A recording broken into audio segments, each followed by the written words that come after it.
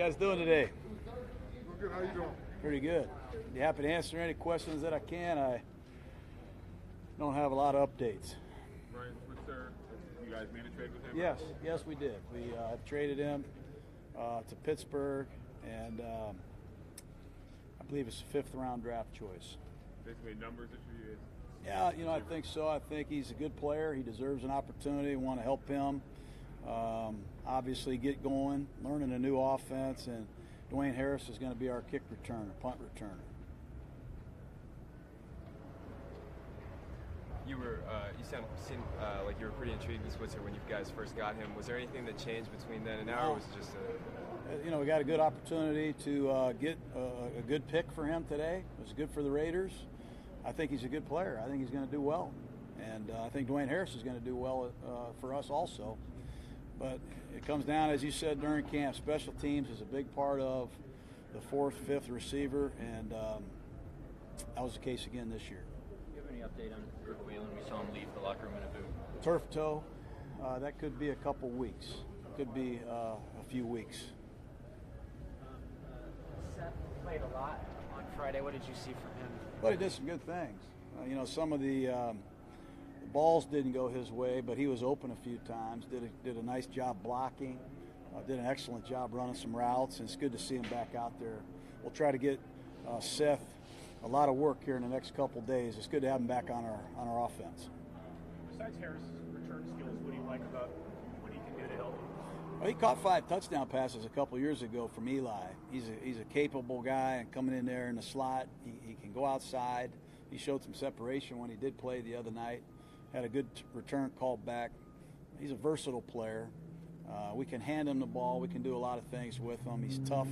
He was just hurt last year. That was, why you didn't hear from him. And he's a Pro Bowl special teamer. I really think a couple years ago when the Raiders lost Holmes and Trodwick and Bates, I think it really hurt their special teams. And we want to try to get a couple core guys that Bisaccia can count on every week, and we'll start with Harris. We meet Fidel Brown. Yeah, he did a good job, didn't he? Yeah. I like Fidel Brown. He practices hard. He's come the hard way up. He's had a lot of injuries. He was on the team last year. I don't think many people knew who he was. But he has quietly gone about his business, and his factor grade, forget about the sack and a half, he was rewarded. I thought he closed out the Detroit Lions with a strip at the end of the game.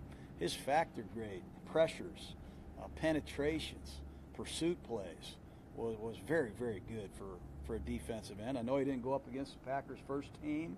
I know he didn't see Aaron Rodgers, but it's all relative. He did a lot of good things. Just seeing the film about Donald Penn, what did you see from him at right tackle first? That's some good things. He had, the obvious the fumble play. I'm sure people will point to that and say it wasn't a good performance, but I thought for his first time back on the field in a long time, going against the first team of the Packers, I thought he did some good things.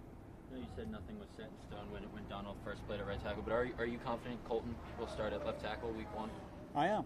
Yeah, I am. I think he's improving every week. He's going to have his hands full all year, just like every left tackle does, especially every rookie left tackle. But we are really, really excited about the man from UCLA. He's got a great future in this league.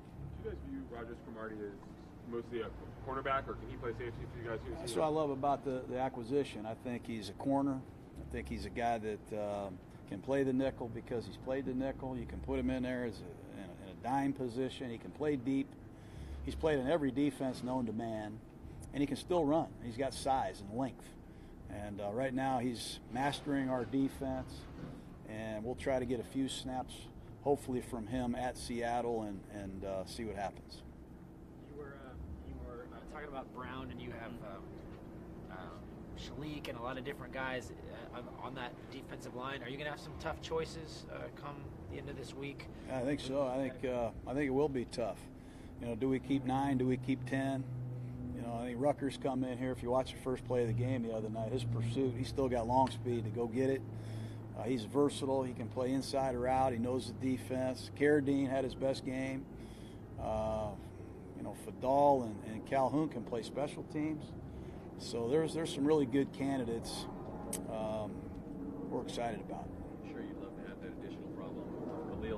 makes too. Anything to update there? That would be a great problem to have. I don't have anything to update, unfortunately. What besides him just obviously not being here, what's been the biggest impact of him not being around over the past month?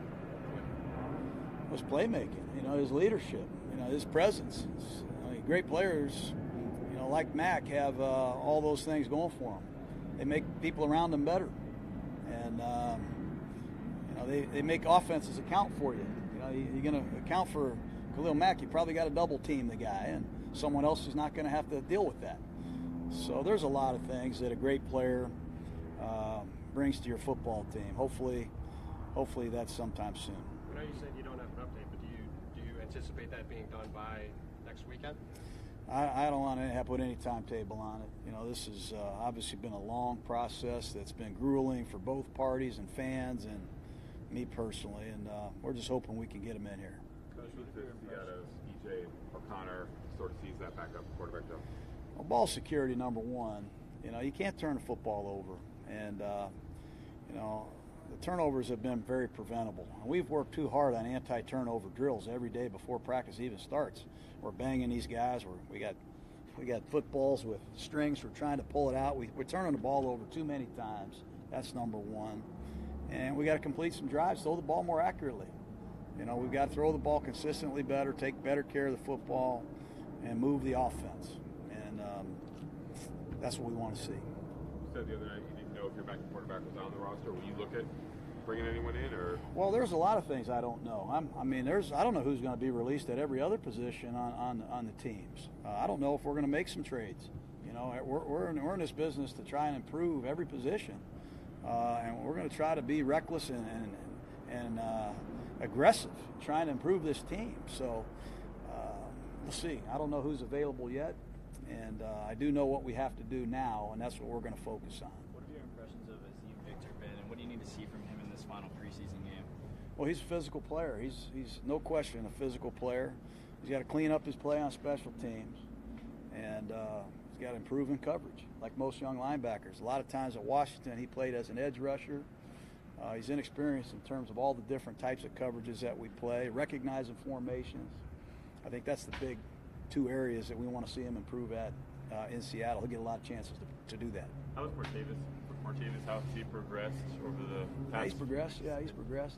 He's progressed some. I thought we had him down the field a couple times the other night. Unfortunately, we didn't see him, but he's been on the practice field the last 4 or 5 days straight, which is good news. What's the next step for Connor Cook? He played well the first game. What have we seen the last 2 weeks as far? What's been the change against the last couple of games versus the first one? Well, I think the second time out, the very first play snapped over his head. That's not a good way to start when you get hit right underneath the chin to start the first round. I think the play around him has to be better too. Some of these backup linemen have to give him some better looks in the pocket. Some of our receivers, they got to separate better. It's up to all of them, but Connor's got to take better care of the ball, and he's had some chances, I think, to make some throws because I've seen him make them on the practice field. I think he's capable of completing more passes accurately. Mike Nugent. Go ahead. How do you approach this game? Short rest. Well, we've had a unique practice already started today, and not everybody's going to play. A lot of the veterans aren't going to play at all, so we don't want to just put them over here for 3 or 4 days while we wait for the preseason to end. So we're trying to creatively keep our veteran players focused on what's ahead in the next 10 or 12 days. And we've isolated the men that are really playing for a job here and the game plan that we want to try to execute at Seattle. So we're kind of splitting people up a little bit, trying to accomplish 2 things like most teams in the league right now. Is there on some level, is there some preparation for the Rams already? There might be some level somewhere, Jerry, of preparation. Mike Nugent, he's been working the past couple weeks exclusively as your guys' kicker. I know familiarity there with Rich, both in Tampa and in Dallas. What have you seen from Nugent, and do you think it's possible that he could be your week 1 kicker? Yeah, it's possible, very possible. He's an 80% kicker for 13 years. I don't know what the exact percentage is, but he's a good kicker. He's been a good kicker for a long time. You don't make it in this business unless you are. he's got the mental toughness, the reliability to overcome a bad game or a bad kick. Right now, he's the leader in the clubhouse because Eddie's not healthy. Now that you're a month in, your first time back in a while, what has been the biggest adjustment from your last tour through the league? Well, just putting the team together. I don't want to lose sight of that. We've got to find the right 53 players before we can even worry about the Rams.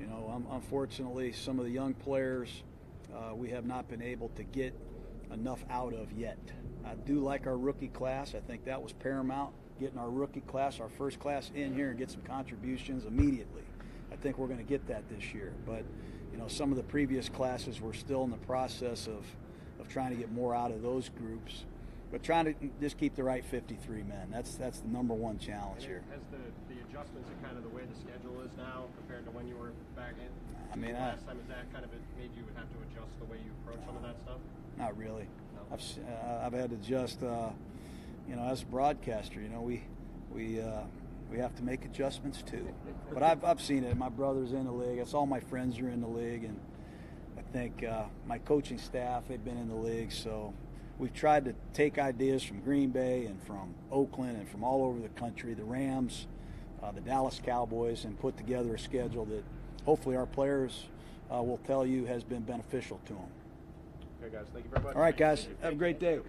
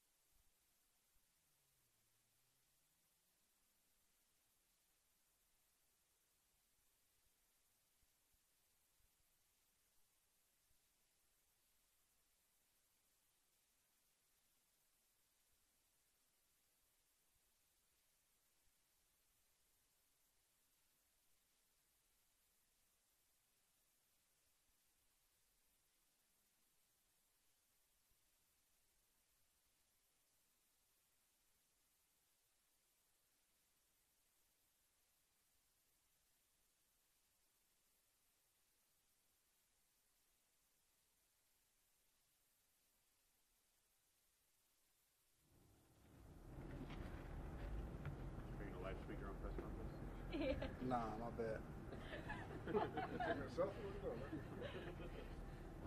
That tweet. Tweeting out something? Nah, I was just setting up some physical therapy after work. What's up, Okay, y'all? we're good now. Go ahead. Sorry about that. What did you see on film watching the game last week? What did you see from yourself and the rest of the team? Well, I guess I'll just start off with myself. I got, a lot of very rusty. I got a lot of work ahead of myself, which I knew that going into the game. I knew that, going into that week. I know that going into this week, something that I knew going into that game that was going to be tough on me. I was excited to get out there and, try it out live. It's a different speed in practice than it is in the game. I wish I could have did some things a lot better than I did. I saw some things that I need to fix and some things I need to work on. And, the biggest part of it was, trying to build up my confidence, trying to get some confidence in his foot and pushing off on it and planting it and sustaining it against the other big guys going into me. So that was the biggest part. Does it help at right tackle because you're anchoring off your left foot as opposed to your right one? Does that help the recovery, just get in terms of football shape back into the mix a little bit for you? Well, recovery part really had nothing to do with it. Man, I definitely have to get in football shape. I did a lot of running over there with Scotty and the training staff as much as I could, but nothing's like getting into football shape. So definitely that was good going in the game. Getting some football shape. In practice, I'm pushing myself extra hard. But the biggest thing that I need for myself to get to where I want to be is just more repetition, just more practice. And the good thing is time is on my side, so that's a good thing. I got time to get this stuff fixed. I got time to get more comfortable over there. I got time to get a better feel of that side and the different mechanics and techniques over there. So that's one thing I'm happy about, that time is on my side. I've been staying after practice with Coach Cable, every day, doing stuff, working on sets, working on certain techniques and stuff, just so I could get into, me playing left tackle so long, it's like I don't have to think about it sometimes. I just know. You know, right tackle now, I got to think about, you know, this step. You know, I got to flip the play in my head. There's a lot of stuff that goes into it, and I'm picking up well, but you know, I feel like every day I'm getting better and better at it. Every day it's getting more comfortable. You know, like today, it felt a lot more comfortable out there today, you know, doing my sets. I think tomorrow's going to get even more better, so that's a good thing. Time's on my side. I feel like I'm getting more comfortable with it as every day goes. When do you expect that comfort level to reach 100%? Do you expect it by week 1? When was the first game? September 10th. September 10th, baby. September 10th. That thing better be going. It better be going. It's gonna be going. But now I feel like I'll be ready. I'll definitely be ready by September 10th. Especially with, like I said, with each day, I feel like I'm getting better. Like when we played Friday, like Saturday, I came out here. I did a couple of sets on air out here after my workout, and those felt better than they did Friday night. You know, so like I said, every day I'm being able to work those sets, get in a comfortable rhythm. That's what it is. You know, as a tackle, you know, I've been playing this is my 13th year playing. You know, left tackle, I got a sweet rhythm over there. You know, I know that rhythm. I know I can get in the left tackle stance right now and show you that rhythm. It's gonna look sweet. You know, at right tackle, I'm trying to find that rhythm right now, and that's why, you know, the more time, which is good, time's on my side. The more time, more repetition. You know, like in practice, you know, Coach Gruden might dial down the tempo, but I'm still telling the guy to go hard on me because I need those extra reps from what I missed. So like I said, the more time comes, the more comfortable, the more confidence, the more confidence I get in that foot, and it's coming along. A fourth preseason game, that's something that usually I wouldn't even ask about for you because you're a veteran, you're a starter, and it might not make sense for you to be out there. But given that game reps and just being out there, is that something that you expect to be on the field on Thursday, or are you going to kind of just get what you need out of practice? I haven't. They haven't discussed that with me. They haven't brought that to me. But one thing I wouldn't be mad about that. I would definitely be open to that, especially with my situation, with where I'm coming from, coming back from the serious injury, missing a lot of football, missing a lot of camp. I would not be down to that. I would be very open to that if they do decide to do that. I know you guys as players respect a guy like Khalil who's, trying to look out for what's best for him long term. But how does a guy like that being out of camp here for the first few weeks impact what you guys are trying to do? Man, it doesn't impact us at all, man. It's the next guy up. It's part of the business game. Every guy in that locker room, well, I know how it is. I've been through it, 3 times already in my career. But those guys know it's a business side of this. They know, as a professional athlete, when you're not here, you have to take care of yourself. And I know Khalil's out there working his butt off, just like I was when I was holding out. I hope and I pray it gets done real fast because him and Derek are the heartbeat of this team, man. We want him here, but I don't think it's affecting us. I think it's helping us. We know what Khalil could do. Everybody knows what Khalil could do. Now we got guys like Key getting all these reps out there. We got Fadal, who's coming out here just balling. He's having a great camp, man. My hat's off to him. And Key, they both having a great camp. So we've been giving these guys reps and these guys time to grow. It kind of helped that I was hurt this offseason too because Colton's been able to get all those reps and been able to grow and get better, which is going to help us as a team when Khalil does get here and we all do go in there full force. As somebody who's been in that spot before, what is kind of going through your head as a player when I'm sure when you were holding out, you wanted to be out on the field. I'm sure he wants to be out there, but you also have to kind of balance that with the business side of things. So, imagine it's kind of an awkward spot to be in. Yeah, it definitely is. Watching the team play, the big hardest time for me was when the team played. Watching those games, and I was anxious. I was like, man, I want to be out there. Man, I want to be playing. Like that's probably the hardest time. The anxiousness and wanting to be out there. We played football our whole life, so when it gets taken away, it's hard. Especially when you don't want to give away. Like if I wanted to retire and it got taken away that way, that's something different. But getting it taken away when you don't really want to take it away, it's hard on you. It's hard. So, you just got to take a good mindset. I talked to Khalil right before the Rams game. He's in good spirits. He's doing good. So I'm just looking forward to getting him back. I just want him back, and I know he wants to be back, and he deserves everything he's going to get when he gets it. Couple more guys. In terms of Lynch, what have you seen from him during the course of this preseason? Is there any difference between this year and last? I know he loves this run scheme. I know he's very comfortable with his run scheme. He knows it well. He picks it up well. He tells us, this year he's telling us things that he's seeing and things that he wants us to do, which wasn't what he wasn't doing last year because he was still learning. He was learning a lot, but this year he already knows what's been put in, bringing Cable back. So he's molding it and making it the way he wants it, and we're all, following right behind him. And I'm very excited about the run game. Is it ever felt at all like John has been out for a decade? Nah, not at all. He picked up where he left off. I was with him when the last time he coached, and this time I feel like he's more advanced. He's gotten even smarter, and That's crazy to say because he knows so much already, and I felt like he's learned even more during that time off, and he's so much more on point. He was already on point back then, but it's like he's so much more on point. It's hard to explain it, but I felt like he picked up a lot more football knowledge in his time off. Last one, guys. Gruden has challenged a lot of the young players on this roster and wanting more out of some of those guys. He seems very pleased with what he's gotten so far in the rookie class, particularly those on the defensive line. What have you seen from Arden Key, Mo Hurst, P.J. Hall? I know Ferguson hasn't started yet, but thus far. That's how Gruden is. That's how he gets the best out of his players. I mean, I was a young buck with Gruden, and he got a lot out of me when I started playing early. That's what he does. You know, he loves to develop young players. He loves to watch them grow. I'm a walking testament of it. So, you know, with him staying on these young guys is great. It's great because he's going to compliment you when you do it right, and he's going to let you know when you do it wrong.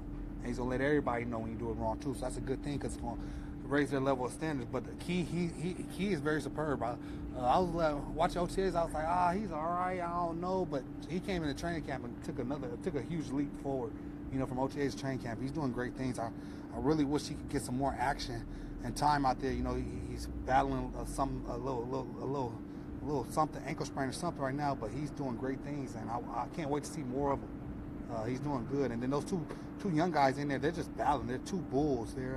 I like Hurst coming out of college, and you know, I'm sorry he dropped, but those two young guys are really coming in and doing good things for us. Me going against them finally in practice, I'm seeing how big and strong they are. You know, I see how hard they are to move off of double teams and stuff, and I'm happy about that because it's going to help us as a team going forward. Thank you. Thanks, Tony. All right, y'all have a good one.